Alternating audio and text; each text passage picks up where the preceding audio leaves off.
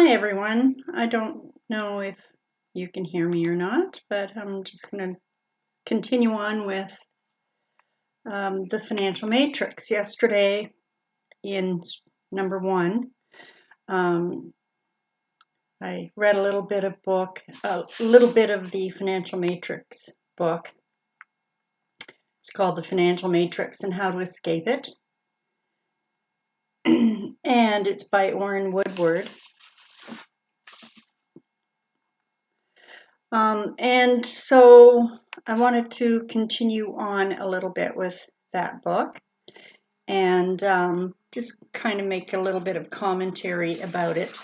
Yesterday, I kind of just started for a little bit about his journey into discovering the financial matrix. When he was first married, he and his wife wanted her to be a stay-at-home mom when they got pregnant for the first child, and he ran into the problem that they were really financially strapped and he didn't know how to do it. So we're going to continue on a little bit. His wife he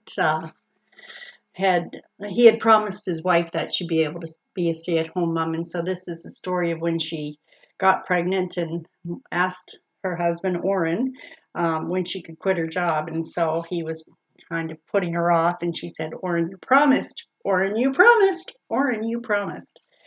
So he said, I suddenly lost my rational posture and meekly mumbled something about unpaid bills and poor timing. Lori, not buying anything I was selling, stared into my eyes and said one more time, Orrin, you promised me. That ended the argument. Game, set, match to Lori. How could I argue with her any longer? Humbled, embarrassed, and without any idea of exactly how I was going to do it, I agreed to honor my commitment. Strangely, I felt relieved after our discussion. Sure, the financial issue wasn't resolved, but the moral one was. I had made a promise, and now I resolved to keep it. Running late for class, I hustled to my car and headed down to my University of Michigan MBA night class. The hour-and-a-half drive was filled with a series of philosophical questions directed at my steering wheel. I asked myself what financial turn I had missed to land in this money mess. No matter how many accolades I had received, Honor Society in college, 4 U.S. patents, a National Technical Benchmarking Award, just to name a few, I still had to admit I was falling short financially. I realized that if something was going to change, I would need to change something. It was time, in other words, for me to confront the brutal reality of our finances. Like most other men of my generation, I had learned to diversify my income by sending my wife off to work, but we still lived paycheck to paycheck. I thought if two upwardly mobile professionals couldn't make ends meet, how was everyone else surviving financially? My rose-colored glasses officially cracked in that drive to class as I wrestled for answers. I vowed to fulfill the promise I'd made to Lori, even if I had to get another job to do so. Not to sound overly dramatic, but this night was a turning point.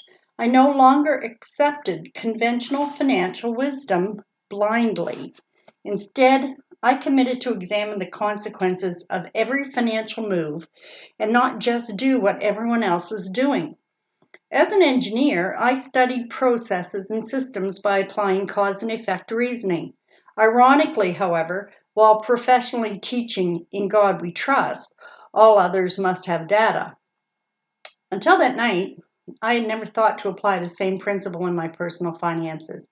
It was time to study the data to determine how to make it financially in the modern world. And I just wanted to stop and make a little commentary on that. That kind of really drove the point home to me that most people, and even myself years ago, I mean, I was always very good with my budget, always very good with our home finances, but we were always short. When I was a stay-at-home mom, it was extremely tight. We had to make a lot of sacrifices. There were a lot of things we couldn't buy for ourselves or for our children because when you only have one income, you really have to um, you really have to prioritize what to spend your money on. And so this guy here, he comes to the point where he, even though he was an engineer and his wife was an accountant, they were still strapped financially, in bad financial shape, and wondering how they were going to make ends meet if they went down to one income. And it really drives home the point that no matter how financially astute you may think you are, if you're not looking at the data, if you're not tracking where you're doing your spending, if you're not budgeting, if you're not planning for how you're going to spend your money, you're going to get into trouble. And I've listened to Orrin and Lori at a couple of conferences before, and basically they both got their income and they spent it. They spent what came in. They didn't really pay a whole lot of attention to where their money was going. So it's really important for us, if we're going to look at, getting a handle on our finances, to look at the data. Examine the data. Where are we spending our money? What are our priorities? Okay, so I'm just going to continue on. His next section is called Until Debt Do Us Part. Slowly, as I researched the data from people around the world, it dawned upon me that Lori and I were not the only ones in financial duress. Indeed, most people, between student loans, car loans, credit cards, home mortgages, most people are drowning in a sea of debt. Moreover, it's not just personal debt damaging finances of citizens across the globe, for business and government debt is also working against the average household. These three debt drains, personal, business, and government, combine to endanger the financial health of practically every family. For instance, according to Go Banking Rates, an organization that tracks interest in banking rates in 2014, the average American was more than $225,000 in debt, and almost half of U.S. households had less than $500 in savings. Just an aside here, this book was written in 2013, I think it was published, or sorry, 2014, 2015. Those figures have not gotten better. They've actually gotten quite a bit worse. And that one thing I found that was really shocking about this was that most households had less than $500 in savings. I found that was true when my ex and I were doing our budgeting. It was extremely difficult to build up a savings account and to keep the money in that savings account for the rainy days. So he goes on to say, here's a summary of the American statistics organized by category of debt. Average credit card debt among indebted households, the average per household is about $15,000. Average credit card interest. Now, at this time, he had 14.95%. I don't know what it is in the US, but in Canada, it's 19.99%, so 20% credit card interest. Average mortgage debt he has here about $147,500. I'm kind of assuming it might be more than that these days, but average outstanding student loan balance, $31,000. Average auto loan debt, $30,000. Percentage of Americans with at least $500 in a savings account is only 59%. Now that's a little bit less right now. I had actually gone online to look up to see what it was in Canada here. And the statistics from 2017 had that pegged at about, I think it was around 52%, something like that. So it's less than even this one, what this says in 2014. So when the average debt numbers are multiplied by the average interest rate, one arrives at the astounding figure of approximately $1,500 per month, nearly a third of an average household's income. So this is the amount of money that the average family must pay just to service debt. In other words, that's the average amount of interest that you pay combined in all your monthly debt. So $1,500 just in interest every month. That's a lot. And that's averages. for those figures that I just quoted there for credit card debt, um, mortgage debt, student loan debt, automobile debt. So $1,500 a month on average is what you're paying in interest. Anyway, he goes on to say, however, servicing debt doesn't decrease debt, it merely pays the interest on the debt. All of this so the household can merely use what it cannot afford to own. So that's the other thing that a lot of people don't understand, especially when it comes to credit card debt. That minimum monthly payment, the majority of that payment is interest. So let's just say you have a minimum payment of $150 a month on a credit card. That most of that probably I figured this out at one point.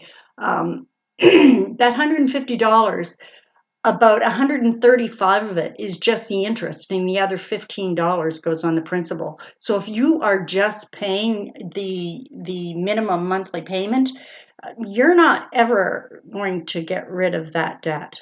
Like it'll go on for the rest of your life. So just keep in mind that most of those minimum payments is mostly the majority of that payment goes to interest. You're not actually paying down the debt that much.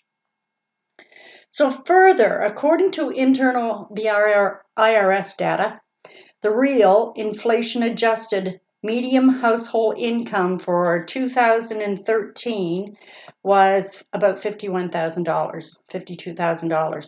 This may sound impressive until one remembers that total household income has been trending downward since its peak in 1999. In other words, the average American has worked the last 16 years for less income, while household debt, prices, and taxes have all increased. And speaking of average incomes, it's important to remember that the average household income is the total incomes of everyone earning in the household. The average person's income is significantly less impressive than the average household. So, average household. This is another thing that people don't actually understand, and I totally got it when I went back out to work. Your average household income, that's both husband and wife working, both partners working. And if you have children working, their incomes are added into those averages. However, children normally, if they're in high school, junior high, they're not contributing to paying the bills. And so these averages are a little bit skewed. But basically, when you take into consideration taxes, here in Canada right now in 2019, 2020, the average tax burden, and that's all taxes combined, is close to 50% now. I think it was back in 2017, they had quoted it at about 46%, but it's jumped up dramatically here in Canada in the last 3-4 years. It's so close to 50%, we just say it's 50%. So if you have a husband and a wife here in Canada, and you're both earning $40,000 a year, one of you is working for the government. So why would you do that? Anyway, I'm just going to continue on here. It's like when you get looking at the data, it really does slap you in the face. And if it doesn't slap you awake, nothing will.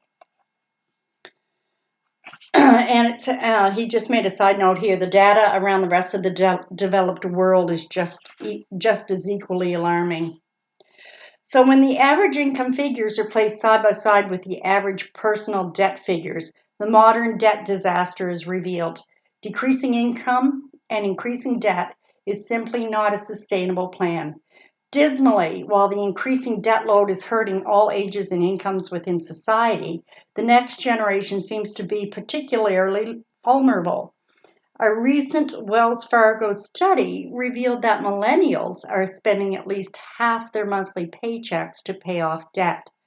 Furthermore, the University of Arizona study discovered that half of all graduates are still relying on their parents or other family members for financial help up to 2 years after graduating. So, I'm going to stop that right there for today. Statistics. It's really important to get the statistics in your life down, to take the time to sit down and dig into your finances and get your data down. The Financial Matrix book here is basically giving averages for the country, for US. Here in Canada, the statistics are very similar. You've got to know what tax bracket you're in. You've got to know exactly what what the tax load is on your income. Here, pretty much across the board for anybody that's making between 38 and about $55,000, the tax load is pretty close to 50%. It's really awful for